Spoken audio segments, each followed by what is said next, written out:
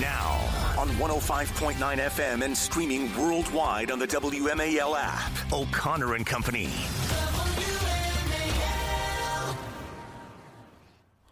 Well, good morning, one and all. Happy Friday to everyone. We've gotten through the week. Patrice, what do you have to say about that? You got all kinds of things to say about this. Happy Friday, and we made it, Andrew. We made it. Looks like we made it. Yes, I know. No Barry Manilow on the agenda this morning, but it looks like we made it through the week. One more week, less than a week to go until Thanksgiving. Yes. And some folks I know are already getting on the roads. I mean, folks are starting to set this thing up. College students are coming home. I have friends whose kids are their first year of college. And they're all at Twitter with getting them back. It's all good. It is 7:07 on News Talk 105.9 WMAL. We are making sense of the news. I'm Andrew Langer in for Larry O'Connor this week and into next, sitting alongside Patrice Onwuka. And listen, we're going to be talking with Mike Brest from the Washington Examiner about this kerfuffle, this flap. Democrats producing a video encouraging service members to refuse orders. We're going to be talking with him about that, Trump's response to it. But joining us right now is Greggory Pemberton. He is the chairman of the D.C. Police Union. Obviously, lots of back and forth this week. Congress trying to get a handle once again on dealing with crime in the district. Because, and Greg, I'm sure you would agree, when the powers that be are essentially engaging in, I'm not going to say benign neglect, I'll say malicious neglect of the situation, and they are effectively hamstringing cops from being able to do their jobs, someone's got to step in there and do something, don't they? Yeah, that's right. Andrew, Patrice, thanks for having me. And, Wednesday was a big night because this bill, H.R. 5107, it seeks to repeal the Comprehensive Policing and Justice Reform Act, which was a bill that was passed by the City Council back in 2020 at the height of all of this police rhetoric, all this defund the police movement nonsense. And it was a bill that was absolutely detrimental to policing in the city. It hamstrings cops. It exposes them to liability for administrative and criminal penalties, even when they do their job properly. It caused them to expose all of these officers' names and release all of their personal information.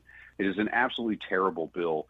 And the end result of that bill is that we've lost hundreds and hundreds of officers. Right now, we have an authorized strength of 4,000 sworn members, which is fully budgeted to hire up to that amount. However, we only have 3,180. We have more than 800 vacancies for the position of police officer. And hold on, that's Gregory. all because of this bill. For every 100 police officers that a municipality is short, that is 200,000 hours of annual police work that isn't getting done or has to be done by somebody else.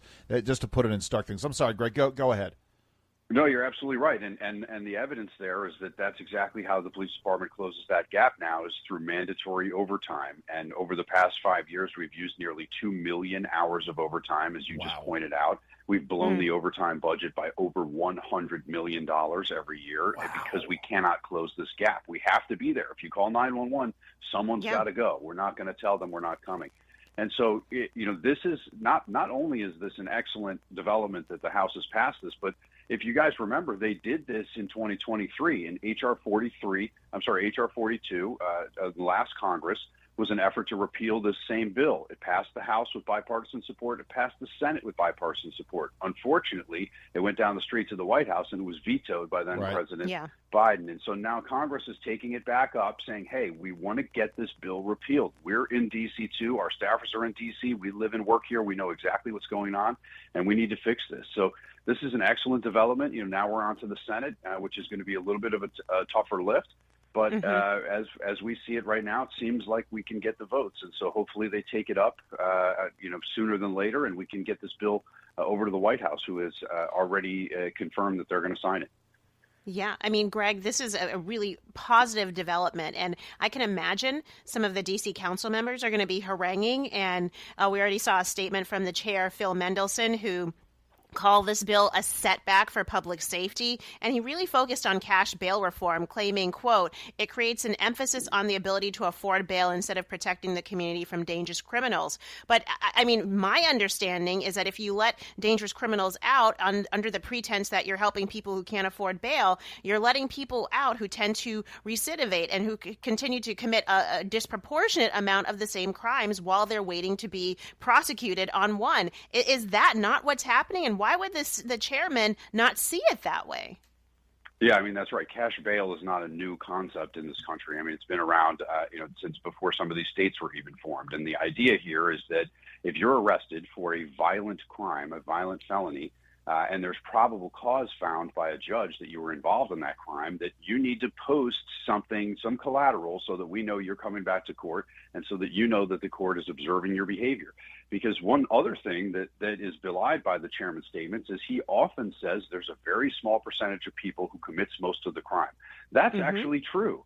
And so when those people get arrested for those crimes, they should either post bail so that the court knows that there's this supervision and that there's an obligation to come back for their hearings, or they should be held once we find probable cause that they're involved. This is not a new concept, but back to your original point, this is exactly what they're trying to do, is to destroy the criminal justice system, and they think that the world is better off without police, and we all know what that looks like now that we've experienced 5 years of it. Speaking of people who want to see a world that exists without police, by the way, we're talking with Greggory Pemberton. He's the chairman of the D.C. Police Union.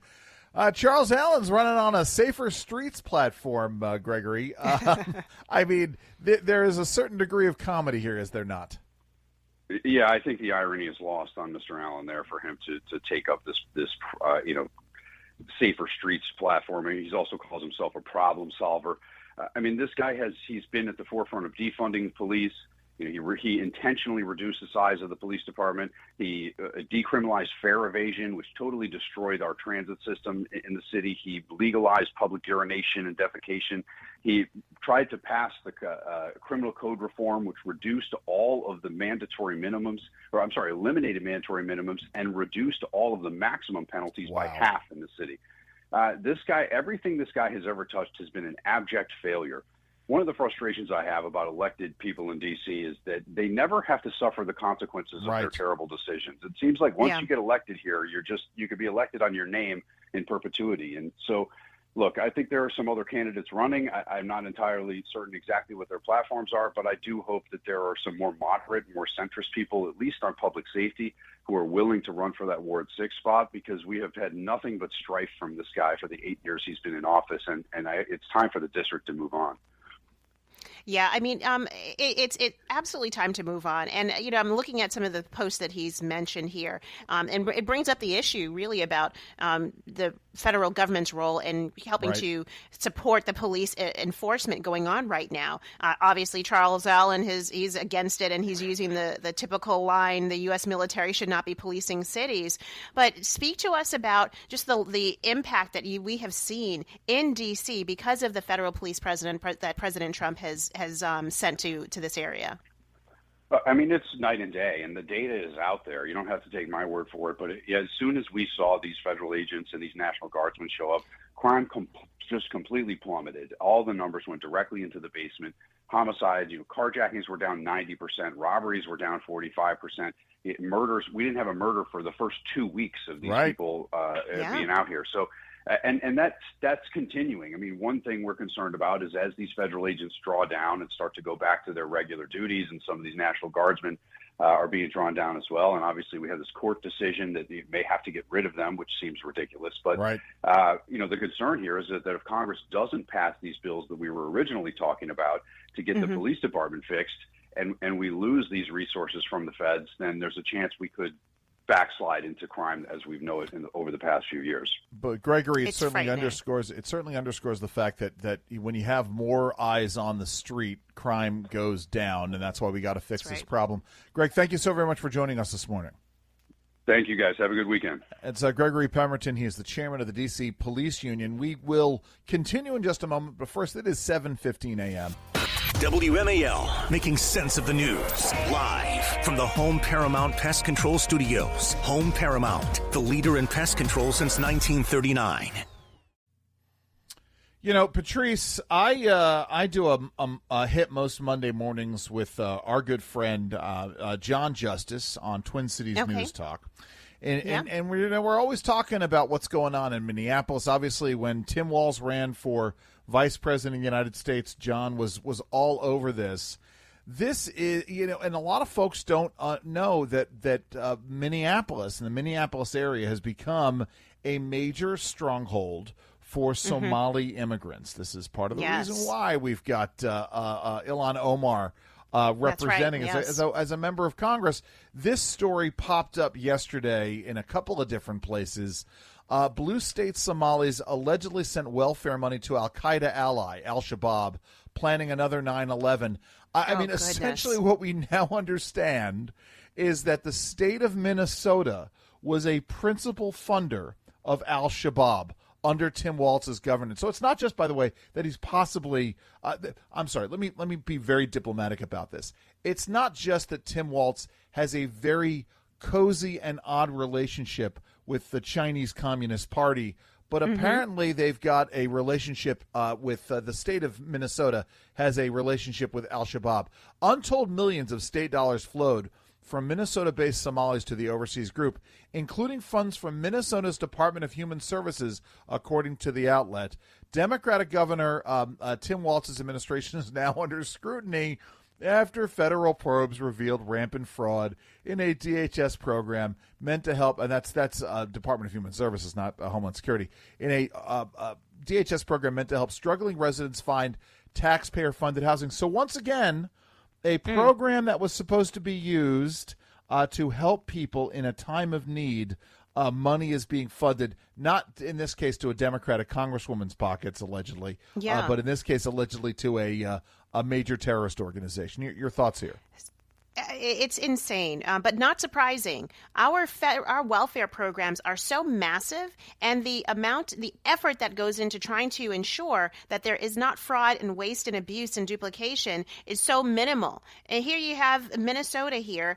This program, Minnesota's Medicaid Housing Stabilization Services Program, was launched with a noble goal to help seniors, addicts, the disabled, and the mentally ill secure housing. It was designed with, quote, low barriers to entry and, quote, minimal requirements for reimbursement. So this is what happens. We talked about this earlier when it comes to COVID scams. Right. We saw a lot of PPP scams, those personal small business loans that were taken out, and people were shopping at Gucci and Fendi and Louis Vuitton with that money. And now you have a case here where it's money used for housing stabilization, and instead of the system was rife with abuse, and nobody was paying attention. Right. And every time conservatives say, "Hey, let's actually look into the waste, fraud, and abuse in these services," Democrats go mad and wild, and they call us evil, and they say we want to take benefits away from poor people. Right. When in fact we're trying to secure these programs for the people who actually need it. We're trying to take away benefits from Somali terrorists. Right, we're trying to take away benefits from terrorists here. By the way, the root article in all of this is by Ryan Thorpe and Christopher Rufo in the City Journal. If you're not subscribing to the City Journal, folks, the Manhattan Institute, and paper, you got to take a look at it. And Christopher Rufo really is a national treasure. But the headline: the largest funder of Al-Shabaab is the Minnesota taxpayer, and it is just amazing. Minnesota is drowning in fraud. Billions in taxpayer dollars have been stolen during the administration of Governor Tim Walz. By the way, it also underscores the problem with what the Democrats were trying to do. Imagine, now, we raised concerns. I know you raised concerns during the 2024 election. I was doing daily radio up in Baltimore at the time, and I was constantly talking about the issue of Tim Walz, what's up with this guy? Why is he taking all of these trips to China? And one of the things I said was, what are we going to do? We've had a limited amount of time between the time this guy was selected as vice president, the nominee, and the election. What's going to happen if Tim Walz and Kamala Harris get elected? Imagine if Kamala Harris had become elected and Tim Walz was the sitting vice president, and all of a sudden we discover that millions of money of Minnesota welfare money had gone to a terrorist organization. I mean, this is. By the way, it lends itself to why we need to be, why you need to have this time there. It is just astounding. And maybe, by the way, Patrice, if we just paid a little bit more attention to all of this, we wouldn't have to be talking about preventing poor families from buying soda when they might want to buy soda on occasion if they happen to be on welfare. Yes. So, I mean, it is what it is. Let's focus on where the real spending is happening. More to come here on O'Connor & Company at 7:23. Yeah, so by the way, Tim Walz running for a third term, Patrice. I'm so excited about this. So listen, we got we're going to talk about Trump and Vance not being invited to J.D. Vance's funeral. Sorry. J.D. Vance not being invited to Dick Cheney's funeral. Oh, it's still the early morning and I haven't had my caffeine. It's 7:30 here on O'Connor & Company, WMAL. WMAL-FM, Woodbridge, Washington, a Cumulus media station. Making sense of the news. News Talk 105.9. News now. Now on 105.9 FM and streaming worldwide on the WMAL app. O'Connor & Company.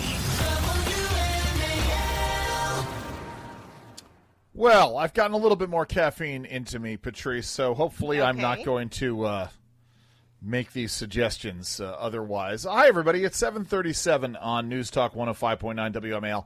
We are making sense of the news. Maybe I should start calling myself Larry O'Connor so people don't realize that it's not me messing things up. Anyway, I'm Andrew Langer, in for Larry O'Connor. Yes, you're going to have to deal with all of that for the next week, folks. Sitting alongside Patrice Onwuka on this glorious Friday. Good morning, Patrice. Good morning. Happy Friday, everybody. We made it. And you know something? I do miss you much in between times when we get to spend time together. So this is all good. So we got Mike Brest from the Washington Examiner joining us in the next hour to talk about this video that several Democrats, several military and military industrial and intelligence industrial complex Democrats have put out, encouraging members of the military to refuse orders. So we're going to be talking with Mike about that and Donald Trump's response to it. In the meantime, they actually had a gala. I'm going to say it. It was a gala funeral for Dick Cheney. It was in D.C. It was a who's who of listen, your what's the word? The usual suspects, as it were. I didn't realize Anthony Fauci was still a thing, but apparently Anthony Fauci is still a thing. So they, President and Vice President J.D. Vance were not invited, according to a White House official. Amazing how their invitations got lost in the mail, but yes. I guess we shouldn't be surprised. Right. Guests did include former Presidents Joe Biden and George W. Bush. As well as former Vice President Kamala Harris and Mike Pence. Tim Walz not there. Interestingly enough, he's got other things he's dealing with back at home in Minnesota. What I love here is obviously it was a place to see and be seen. Oh, is that? Oh yeah, no, I guess that makes sense. I mean, I'm looking at this picture. Oh my goodness, it's in a row. Anthony Fauci, Rachel Maddow, Ken Mellman, who I've known for years. I'm actually friendly with Ken, and James Carville. But I get why Ken Mellman was there. I mean, Ken Mellman was in the White House with Dick Cheney, under George W. Bush. Who was there at the Cheney funeral? Rachel Maddow, James Carville, Dr. Fauci, Joe and Jill Biden, Kamala Harris, former President George W. Bush, and VP, former Vice President Mike Pence as well. The Bushes with all their Democrat friends is Miranda Devine. Your thoughts here, Patrice, on this? Yeah, so the Obamas were not present. That was, I guess, maybe not a surprise. I think it is interesting because they were the only ones that you would expect to be there, given who else was there. That was not there. Gore was there. Al Gore was there. I mean, it's just a reminder that there was a dynasty that was not just Republicans. I mean, you've got the Bushes, you've got the Clintons who thought that they were going to rule forever too. And I have a great photo too. I found one where former President Bush and former President Biden are turned around with their wives, and they're yucking it up with like Jeb Bush and a bunch of other people. And it's kind of just a reminder that this is really this club of folks. Right. This establishment club. This is not about party. This is about establishment. This is about being part of this unique in crowd. And Trump and anyone connected to the Trumps would never, ever, ever be able to break through, because President Trump kind of torpedoed what was the establishment model and turned upside down these longstanding relationships that, it's just that cut across party lines. I mean, that said, I did say yesterday on a TV hit, it would have been nice, a show of healing between the establishment versus the populace to have had President Trump there, or Vice President Vance there, or even Melania Trump there. But it seems like a rift that is really too hard to repair at this point. Let's underscore the point. Donald Trump took a swipe at Jeb Bush and essentially denied the Bushes the ability to have a dynasty in that way. And the Bush camp, and I've known folks who were worked in the Bush administration, and some of them have remained ardent Bush loyalists. And in that vein, part of being that ardent Bush loyalist is getting infected with the Trump derangement syndrome. And so that carried out, right, to the Cheney world, both Dick Cheney and Liz Cheney, and especially Liz Cheney, who took the opportunity yesterday to take a massive swipe at Trump during her father's funeral. She goes down, she went down that road of using that opportunity there. I mean, that's what it is. There was a Bush-Cheney camp. Donald Trump disrupted and prevented them from having their dynasty, and then took a swipe at the deep state with which the Bush-Cheney camp was deeply involved. The military, and we were just talking about this with this video. The military-industrial complex, the defense-industrial complex. They don't like that when you sort of push back on them and their ability to have power. So what did that swamp do in 2015 into 2016? They struck back. Liz Cheney, Dick Cheney, and the Bushes were all central in trying to deal with or trying to go after Trump after he got elected in 2016. Listen, we got so much more to get to. Oh, we got to talk about this Mamdani Trump meeting, which is going to be taking place today. Goodness. It's 7:43 on WMAL. WMAL's Vince Colonnese, weekdays at noon on 105.9 WMAL, making sense of the news. Well, these little town blues are melting away, Patrice. I just had my fix of New York. I'll be back in a little bit. Trying to watch it before it goes into complete collapse. But the president is going to meet with Zoran Mamdani. He ran on an anti-Trump ticket, yet he's making the pilgrimage to New York. Here is Caroline Levitt on the Zoran Mamdani meeting. Let's play cut 12. I will just add, it speaks volumes that tomorrow we have a communist coming to the White House, because that's who the Democrat Party elected as the mayor of the largest city in the country. I think it's very telling, but I also think it speaks to the fact that President Trump is willing to meet with anyone and talk to anyone and to try to do what's right on behalf of the American people, whether they live in blue states or red states or blue cities. Yeah, I mean, listen, it's fascinating that Mamdani's making the trip, but I think he recognizes at the end of the day, it's like that scene from the Robert Redford film The Candidate. What do we do now? We won this thing. What are we going to do now? We actually are going to need the federal government as a partner in some stuff. What are your thoughts here? Yeah, I think this is going to serve Mamdani from a political standpoint. He wants to have that meeting where he's kind of facing President Trump. I suspect that he's going to be a little sly, a little slick in his language, try to show that, yes, I'm willing to work with the president, but don't get it twisted. I'm still willing to take him on and take him to the mat. So I'm looking for fireworks between the two of them. Right. And if, J.D. Vance happens to be there and just has that move forward on the couch and say, listen, wait a minute moment, as he did between Zelensky and President Trump during that press conference. I would love to see something like that with Mamdani, because that will be the weekend must-watch TV, and you and Julie will have a blast talking about it on Monday. Yeah, no, and that's that's exactly what I was thinking about. These are not like the other kinds of staged meetings that happen out there. That are perfunctory, performative, right. Exactly. That there is a real possibility that if that the president or J.D. Vance, if he's there, could say something to Mamdani about this. I mean, obviously, right, it's a little bit different than an ordinary meeting between a New York mayor and the president of the United States, because Donald Trump, is from New York, did business for so many years in New York, has such an intimate knowledge of the goings-on in New York. There's an added dimension here, isn't there? Mm-hmm.